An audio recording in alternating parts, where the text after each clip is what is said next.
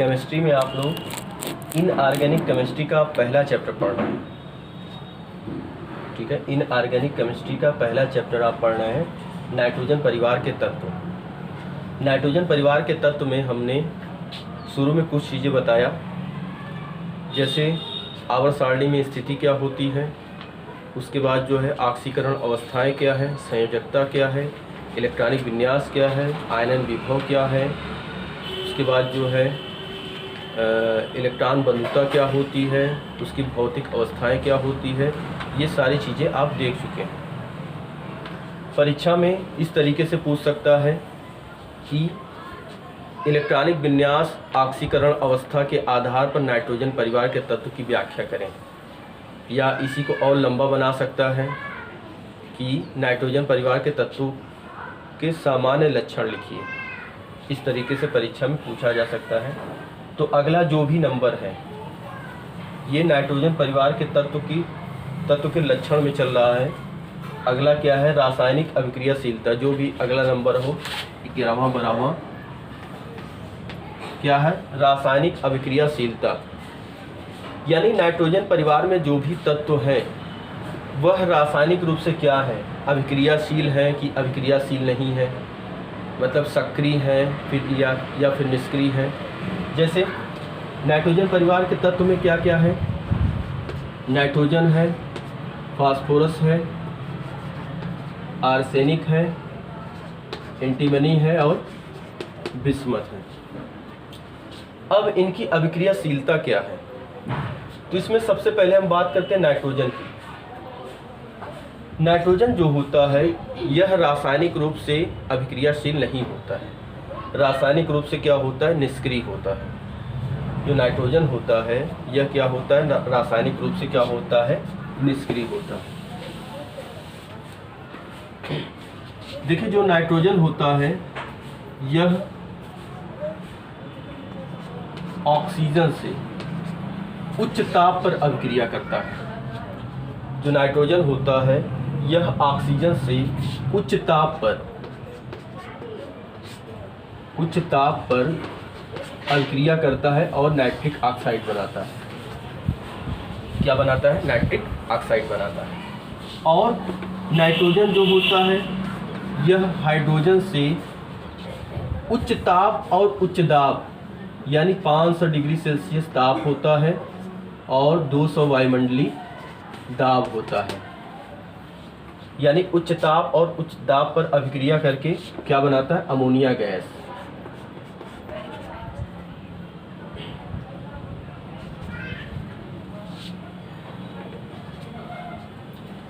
तो देखिए कहने का मतलब है कि जो नाइट्रोजन है यह रासायनिक रूप से अभिक्रियाशील नहीं है, बहुत ही कम सक्रिय या इसको निष्क्रिय मान के चलिए। यह जो होता है उच्च ताप और उच्च दाब पर ही क्या करता है, अभिक्रिया करता है।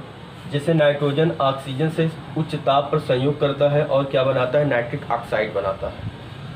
और नाइट्रोजन जो होता है 500 डिग्री सेल्सियस ताप 200 वायुमंडलीय दाब पर हाइड्रोजन से अभिक्रिया करके क्या बनाता है, अमोनिया बनाता है।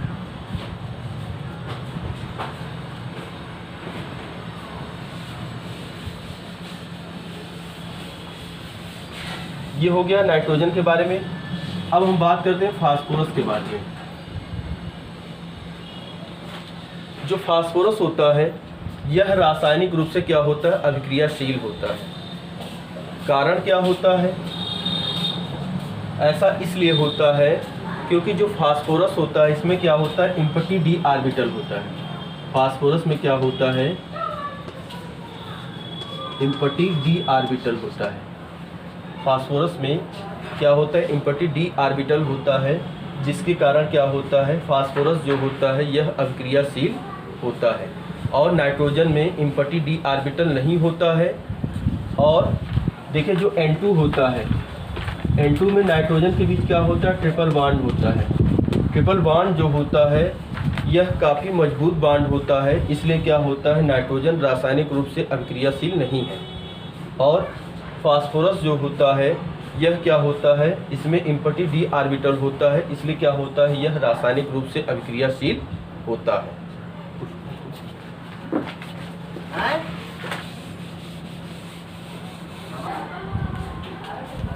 देखिए फास्फोरस में जो सफ़ेद फास्फोरस होता है, सफ़ेद फास्फोरस क्या होता है, बहुत अधिक अभिक्रियाशील होता है।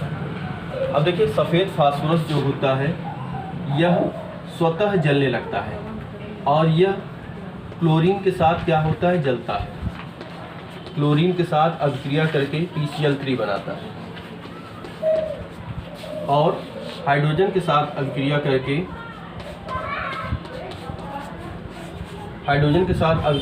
फास्फीन बनाता है। और देखिए NaOH विलयन के साथ अभिक्रिया करके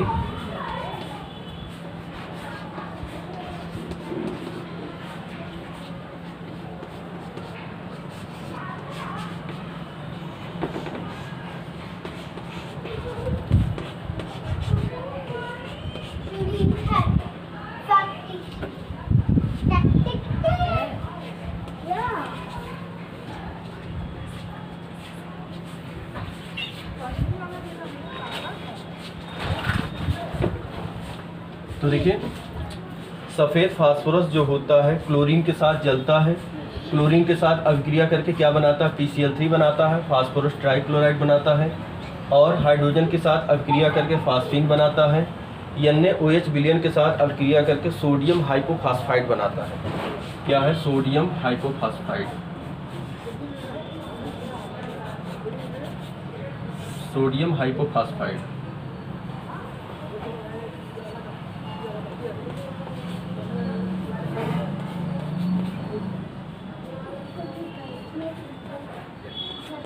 सोडियम हाइपोफॉस्फाइड, ये हो गया इनकी रासायनिक अभिक्रियाशीलता।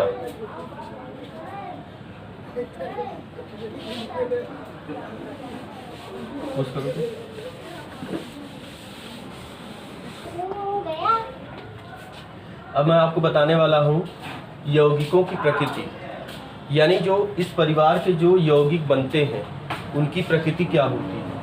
जैसे पहला क्या है, ऑक्साइड। पहला क्या है, ऑक्साइड। ऑक्साइड मतलब जिसमें क्या हो, ऑक्सीजन हो। अब देखिए नाइट्रोजन जो होता है निम्न ऑक्साइड बनाता है। यह क्या है, नाइट्रस ऑक्साइड। यह क्या है, nitric oxide, nitrogen dioxide, nitrogen trioxide और नाइट्रोजन पेंटाऑक्साइड। यह क्या है, नाइट्रस ऑक्साइड।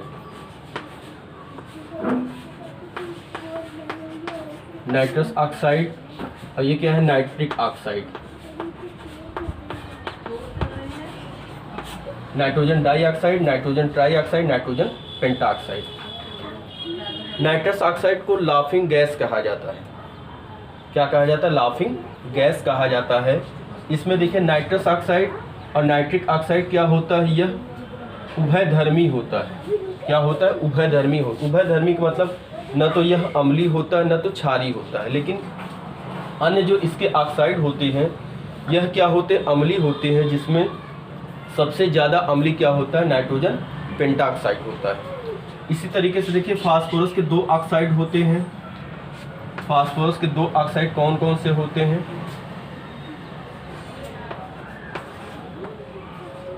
फास्फोरस ट्राइऑक्साइड और फास्फोरस पेंटाऑक्साइड।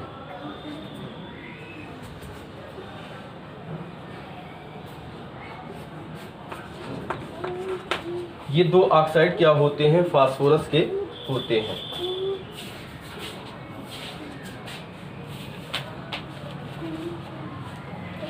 अब इसके बाद है हाइड्राइड। अब इसके बाद क्या है, इनके हाइड्राइड हैं।